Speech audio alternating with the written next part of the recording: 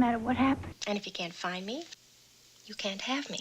So it's like a figure eight. It's a business, love, life, sex, business, love. I never said so.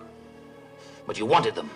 How do you know it wasn't your fault? I don't know. Those wholesome stars of the 1970s were anything but. The networks projected moral perfection, and the hotel rooms of Beverly Hills told a different story of clandestine meetings and broken vows. Tonight, we pull back the curtain on 15 affairs that proved primetime royalty was anything but faithful. In 1979, the pairing of the love story star and the Charlie's Angels icon was a cultural supernova. Farrah was still legally married to Lee Majors, the Bionic Man, when the relationship began, creating a tabloid frenzy that defined the end of the decade. The connection was reportedly so intense that it effectively ended one of Hollywood's most photographed marriages almost overnight. According to insiders, the affair was later openly acknowledged by both parties as a profound turning point in their lives. It represented a shift from the curated studio marriage of the early 70s to the more volatile, personality-driven romances of the 80s. For the public, seeing the blonde sun goddess of TV choose the industry's bad boy over her superhero husband was a jarring lesson in the unpredictability of the human heart. When the Bandit met the Flying Nun on the set of Smokey and the Bandit in 1977, the chemistry was undeniable. However, Burt Reynolds was still legally married to actress Judy Carn during the early stages of their courtship. This overlap remained a point of quiet contention in the press even as the pair became the decade's most charismatic public couple. The relationship was later confirmed by both in their respective memoirs as a tumultuous period of high highs and deep lows. Field described a man who was often controlling, while Reynolds later called Field the love of his life. Their story serves as a reminder that even the most sparkling on-screen pairings are often built on a foundation of complex and sometimes messy legal and emotional realities. Before we continue to the next icon on our list, please like this video, subscribe to the channel, and continue listening so that you can tell us which one surprises you the most. Mary Tyler Moore was the face of the modern, independent 70s woman, but her personal life was deeply intertwined with the corporate structure of her show. Her relationship with MTM co-founder Grant Tinker reportedly began before their prior marriages were officially over. This was a sophisticated, high-stakes entanglement that took place in the executive suites as much as the private retreats of Malibu. The union of Moore and Tinker created a television powerhouse, but the overlapping nature of their start was a staple of industry gossip during the early 70s. It highlighted a different kind of affair, one based on mutual ambition and professional respect. While they projected an image of effortless elegance, the origins of their partnership were rooted in the complicated process of disentangling from the past while building a new empire. In the early 70s, the pairing of Hollywood babies Desi Arnaz Jr. and Liza Minnelli was a favorite of the burgeoning celebrity press. However, Minnelli was married to Peter Allen when the relationship with the younger Arnaz began. This was a high-voltage romance that played out in the front rows of concerts and the VIP booths of the decade's hottest clubs. The affair dominated 1970s TV gossip shows like Rona Barrett's Hollywood, as it involved the scions of two of the industry's most legendary families. It was a story of young fame and the search for identity, often playing out in a haze of publicity and intense emotional drama. For the audience, it was a glimpse into the restless, often chaotic lives of those born into the industry's inner circle. Before she became a household name on Three's Company, Suzanne Summers met producer Alan Hamill. Both were married to other people at the time of their initial meeting, a fact they would later discuss openly in their memoirs. Their connection was immediate, and according to Summers, a life-changing event that required them to dismantle their existing lives to be together. The struggle they faced as a blended family, before the term was common, was a frequent topic of their later public appearances. They represented a new kind of 70s honesty, the idea that a true love was worth the scandal of an affair and the pain of divorce. Their enduring marriage eventually silenced the critics, but their beginnings remained a testament to the era's shifting views on matrimonial loyalty. Though their prime was the 60s, The Burton and Taylor saga bled into every TV interview and talk show of the 1970s. Their multiple affairs while married to others, their 2 marriages to each other, and their constant public bickering defined the decade's obsession with celebrity excess. They were the ultimate untouchables, whose private lives were treated as a national soap opera. Whether appearing on The Dick Cavett Show or in made-for-TV movies, the chaos of their relationship was always the subtext. They were the pioneers of the public affair, proving that the audience would forgive almost any indiscretion if it were performed with enough glamour and intensity. Their 70s era was a long, alcohol-soaked goodbye to the old Hollywood studio system they helped dismantle. On The Partridge Family, they were siblings, but off-camera, the dynamic was far more complicated. David Cassidy was briefly married and a global teen idol when insiders later confirmed an overlap and an intense, if brief, romantic connection with Susan Day. This was the ultimate teen magazine nightmare, the idea that the wholesome Partridge Family was harboring a secret romance. The fallout of their relationship reportedly cooled their friendship for decades. It was a classic 70s story of young stars struggling to separate their fictional roles from their burgeoning adult desires.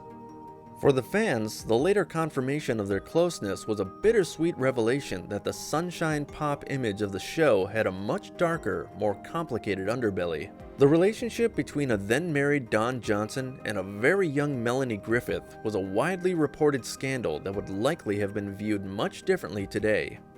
Johnson was an up-and-coming TV actor when the relationship began, and Griffith was the daughter of Hollywood royalty Tippi Hedren.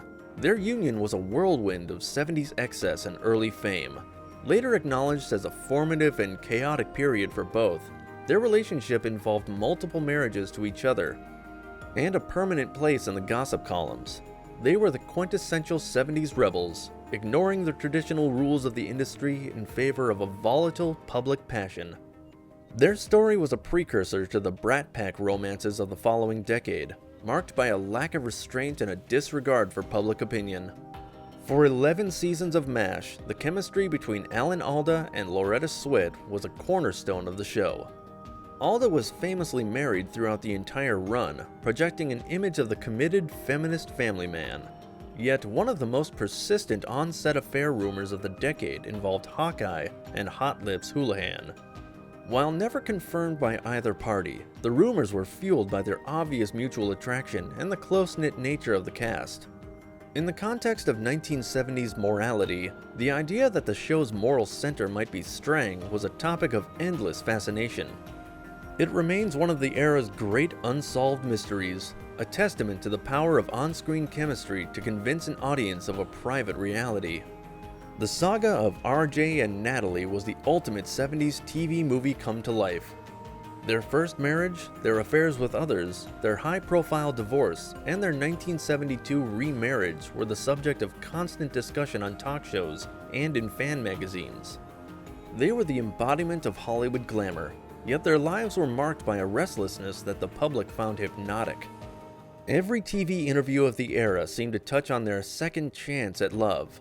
Yet, behind the scenes, the pressures of maintaining 2 massive careers and a high-profile marriage led to repeated reports of jealousy and outside interests. Their story remains one of the most poignant examples of how fame can both cement and destroy a relationship, ending in a tragedy that the public is still dissecting today.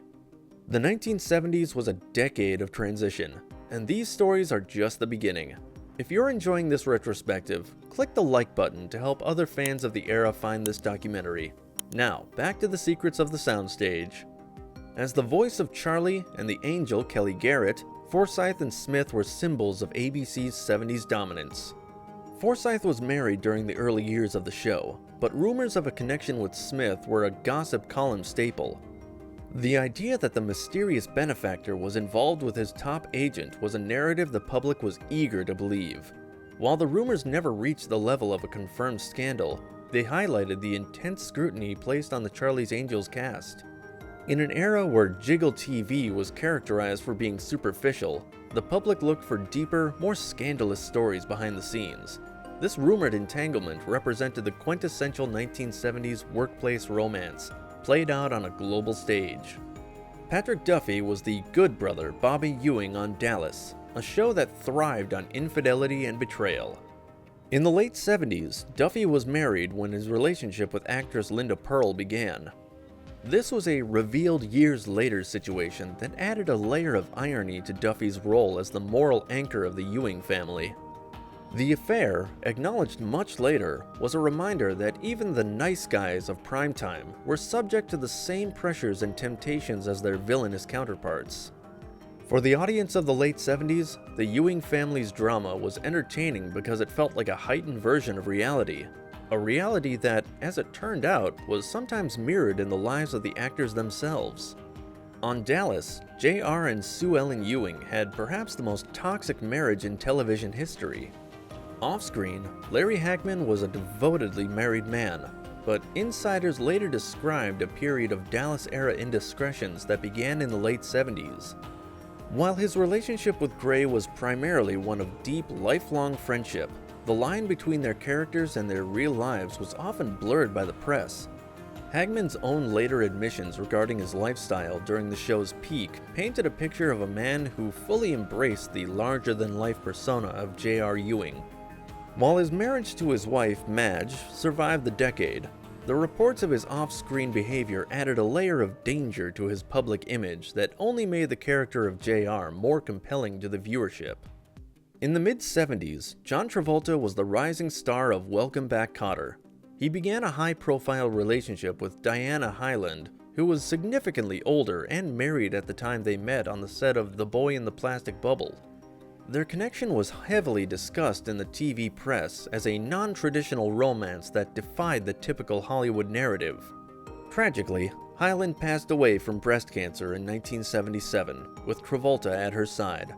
The affair and the subsequent tragedy were a major story in the fan magazines, humanizing the young star just as Saturday Night Fever was about to make him a global phenomenon.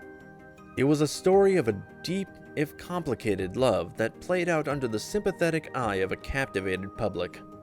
James Brolin was the young, handsome face of Marcus Welby, MD, while Jan Smithers was the sweet girl on WKRP in Cincinnati. Rumors of an entanglement between the two began while Brolin was still in his first marriage. They were a favorite subject of the gossip column staples, representing a meeting of two different generations of 70s television success. The couple eventually married in 1986, but the early-era rumors suggested that their connection began much earlier. During the transition between their respective hit shows, it was a classic 70s Hollywood story, a chance meeting, a secret connection, and eventually public life together. It reminded the audience that in the small world of television, the next great romance was often just one soundstage away. The 1970s was the final era of the untouchable star, and these secrets are the reason we still look back with such fascination.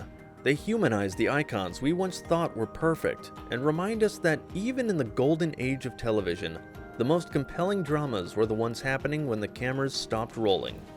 If these stories brought back memories of the headlines you remember from the evening news, share your thoughts in the comments below. For more deep dives into the shadows of the silver screen, subscribe to the channel, and help us keep the history of the networks alive.